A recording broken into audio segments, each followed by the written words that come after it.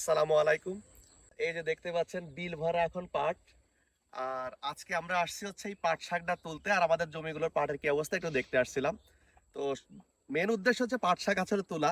এই পাট শাকটা খুবই একটি জনপ্রিয় খাবার। পাট শাক ভাজি করেও খাওয়া যায়, পাট শাকের ডালও খাওয়া যায়। আমাদের এই অঞ্চলে পাট শাকের ডালটা খুবই মজার একটি খাবার।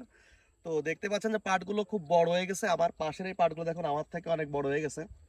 তো পাটগুলো মোটামুটি বাছট দিয়ে কমপ্লিট। বাছট মানে হচ্ছে এই যে দেখতে পাচ্ছেন এই যে যে ছোট ছোট গাছগুলো, অবাঞ্ছিত পাটের ভিতর যে গাছগুলো থাকে, এই ছোট গাছগুলো অলরেডি তুলে দেওয়া হয়ে গেছে।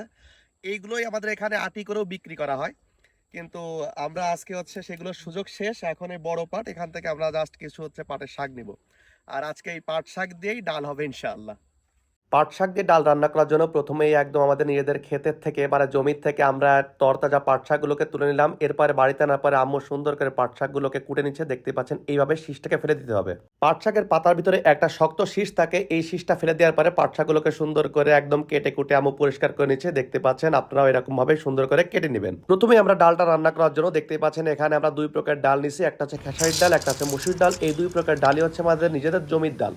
ডালটা ভালো করে ধুয়ে নেওয়ার পরে এরপরে এক একে কাঁচামরিচ, তারপর রসুন কুচি, পেঁয়াজ কুচি, লবণ, হলুদ এবং খাঁটি আমাদের নিজেদের সরিষার তেল দিয়ে ডালটা ভালো করে হাতে মাখিয়ে আম্মু কষিয়ে নিচ্ছে।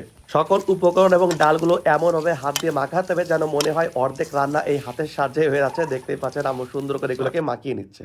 আসলে মায়ের হাতের রান্নার তো কোনো তুলনাই হয় না। নিজ হাতে রান্না করা খাবার যেন প্রত্যেকটা খাবারই অমৃত স্বাদ হয়ে থাকে। ডালটা মোটামুটি আধা সিদ্ধ হয়ে যাওয়ার পরে আমাদের এই যে দেখতে পাচ্ছেন ঠিক এরকম পুরোপুরি সিদ্ধ হবে না। এরপরে আমরা যে পাট শাকগুলো তুলছিলাম সেগুলোকে সুন্দর করে ধুয়ে এর ভিতরে আমরা আস্তে আস্তে দিয়ে ভালো করে নাড়তে থাকবো। পাট শাকটা দেওয়ার পরে এই আধা সিদ্ধ ডালের সাথে পাট শাকটা ভালো করে নেড়ে নেড়ে একবার মিক্সড করে ফেলতে হবে। দেখতে পাচ্ছেন আমরা আম্মু খুন্তি দিয়ে একদম নেড়ে সুন্দর করে মিক্সড করে ফেলতেছে। আসলে এক এক অঞ্চলে পাট শাক ডালটা এক এক রকম ভাবে রান্না করে। অনেক জায়গায় পাট শাক ডালটা একেবারে ঝোল ঝোল করে রান্না করে, কিন্তু আমাদের এখানে বিশেষ করে আম্মু পাট শাক ডালটা একবারে শুকনা শুকনা করে গা মাখা করে রান্না করে, যার কারণে ওই ঝোল ঝোল পাট শাক ডালের থেকে এই শুকনা শুকনা মানে একদম গা মাখা ডাল এইটা এত বেশি টেস্ট হয়ে থাকে। যদি আপনারা না খেয়ে থাকেন তাহলে বুঝবেন না কি দারুণ অসাধারণ স্বাদ। পাট শাক এবং ডালটা সিদ্ধ হয়ে যাওয়ার পরে তেল গরম হয়ে গেলে তার ভিতরে পেঁয়াজ, রসুন এবং শুকনো মরিচ দিয়ে ভালো করে একদম ভেজে নেওয়ার পরে এটাকে দিয়ে দেওয়া হলো। এটাকে আমাদের এখানে স্থানীয় ভাষায় বাগার দেওয়া বলে। এখন জাস্ট সামান্য একটু নাড়াচাড়া করেই নামিয়ে নিলে তৈরি হয়ে যাবে আমাদের খুবই স্পেশাল পাট শাক দিয়ে ডাল। এবং অবশ্যই বাসায় আপনারা একবার হলে ট্রাই করবেন, খুবই মজাদার আর মুখরোচক একটি খাবার। তো আমাদের এই পাট শাক ডালের আইটেমটি আজকে আপনাদের কাছে কেমন লাগলো অবশ্যই কমেন্টসের মধ্যে জানাবেন এবং বাসায় অবশ্যই ট্রাই করবেন। ধন্যবাদ সবাইকে। আসসালামু আলাইকুম।